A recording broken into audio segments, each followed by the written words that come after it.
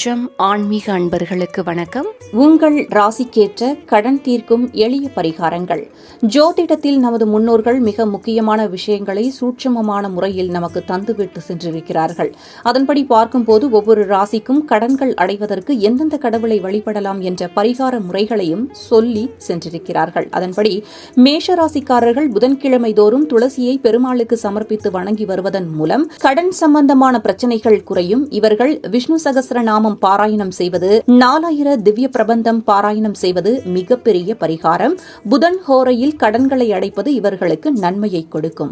ரிஷபராசிக்காரர்கள் மல்லிகையை மகாலட்சுமிக்கு சமர்ப்பித்து வெள்ளிக்கிழமை தோறும் மகாலட்சுமி அஷ்டோத்திரம் சொல்லி வணங்கி வருவது நன்மையை கொடுக்கும். தினசரி உடலில் வெள்ளை ஆடைகளை பயன்படுத்துவதும் மாற்றத்தை கொடுக்கும்.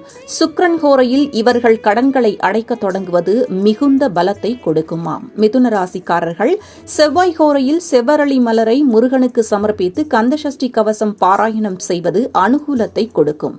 வேல்மாறல் வகுப்பு பாராயணம் செய்வது மாற்றத்தை கொடுக்கும், கடன்களை அடைக்கும். கடகராசிக்காரர்கள் குருஹோரையில் எந்த ஒரு விஷயத்தை செய்தாலும் அவர்களுக்கு நன்மை வந்து சேரும், கடன்கள் அடைபடும் காலகட்டமும் இதுதான்.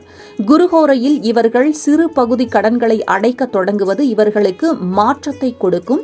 சிவனை வணங்கி வருவது நன்மையை கொடுக்கும். சிம்மராசிக்காரர்கள் விநாயகர் அகவல் சொல்வதும் அருகம்புல்லை விநாயகருக்கு சமர்ப்பிப்பதும் நன்மையை கொடுக்கும். சூரியன் மற்றும் செவ்வாய் ஹோரையில் கடன்களை அடைக்க தொடங்குவது இவர்களுக்கு நன்மையை கொடுக்கும்.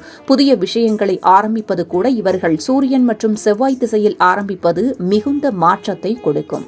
கன்னிராசிக்காரர்கள் பைரவ வழிபாடு செய்து வருவதும் நவகிரகங்கள் வழிபாடு செய்து வருவதும் மிகுந்த மாற்றத்தை கொடுக்கும்.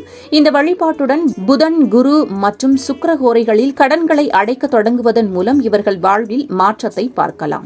துலாம் ராசிக்காரர்கள் சுக்கிரன் மற்றும் குரு ஹோரையில் கடன்களை அடைக்க ஆரம்பிப்பது நன்மையை கொடுக்கும்.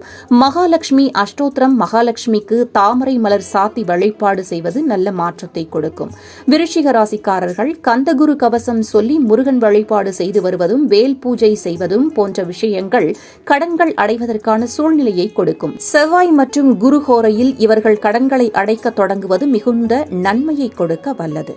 தனுசு ராசிக்காரர்கள் சுமங்கலி பூஜை செய்து வருவதும் மஞ்சள் பொடியால் அம்பாளுக்கு அபிஷேகம் செய்வதும் கடன்களை அடைப்பதற்கான நல்ல பரிகாரம். குரு மற்றும் சுக்கிரன் ஹோரைகளில் இந்த பரிகாரத்தை செய்வதன் மூலம் கடன்கள் அடைவதற்கான நல்ல சூழ்நிலைகள் இவர்களுக்கு ஏற்படும். மகர ராசிக்காரர்கள் குலதெய்வ வழிபாடும் முன்னோர்கள் வழிபாடும் செய்து வருவது மிகுந்த நன்மையை கொடுக்கும். வாராகி தேவிக்கு இவர்கள் பூஜை செய்து வணங்கி வருவது கடன்களை அடைப்பதற்கான நல்ல பரிகாரமாக அமைந்திருக்கும். புதன் மற்றும் சுக்கிரன் ஹோரைகளில் இவர்கள் இதை செய்வது நல்ல மாற்றத்தை கொடுக்கும். கும்பராசிக்காரர்கள் அபிராமி அந்தாதி சொல்லி அம்பாள் வழிபாடு செய்து வருவது மிக நல்ல பரிகாரம். செவ்வாய் மற்றும் சுக்கிரன் ஹோரைகளை இவர்கள் பயன்படுத்துவதன் மூலம் கடன்கள் அடைவதற்கு ஏற்ற சூழ்நிலைகள் உருவாகும். தினசரி வீட்டில் 5 முக தீபம் ஏற்றி அம்மனை வழிபாடு செய்து வருவதும் நல்ல மாற்றத்தினையும் ஏற்றத்தையும் கொடுக்கும். மீனராசிக்காரர்கள் கந்தசஷ்டி கவசம் சொல்லி முருகன் வழிபாடு செய்து வருவது மிகுந்த நன்மையை கொடுக்கும்.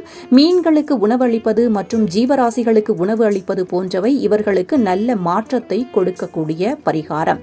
செவ்வாய் மற்றும் குரு ஹோரைகளில் இவர்கள் கடன்களை அடைக்க ஆரம்பிப்பது என்பது மிகுந்த நன்மை கொடுக்கக்கூடிய அற்புதமான பரிகாரம்.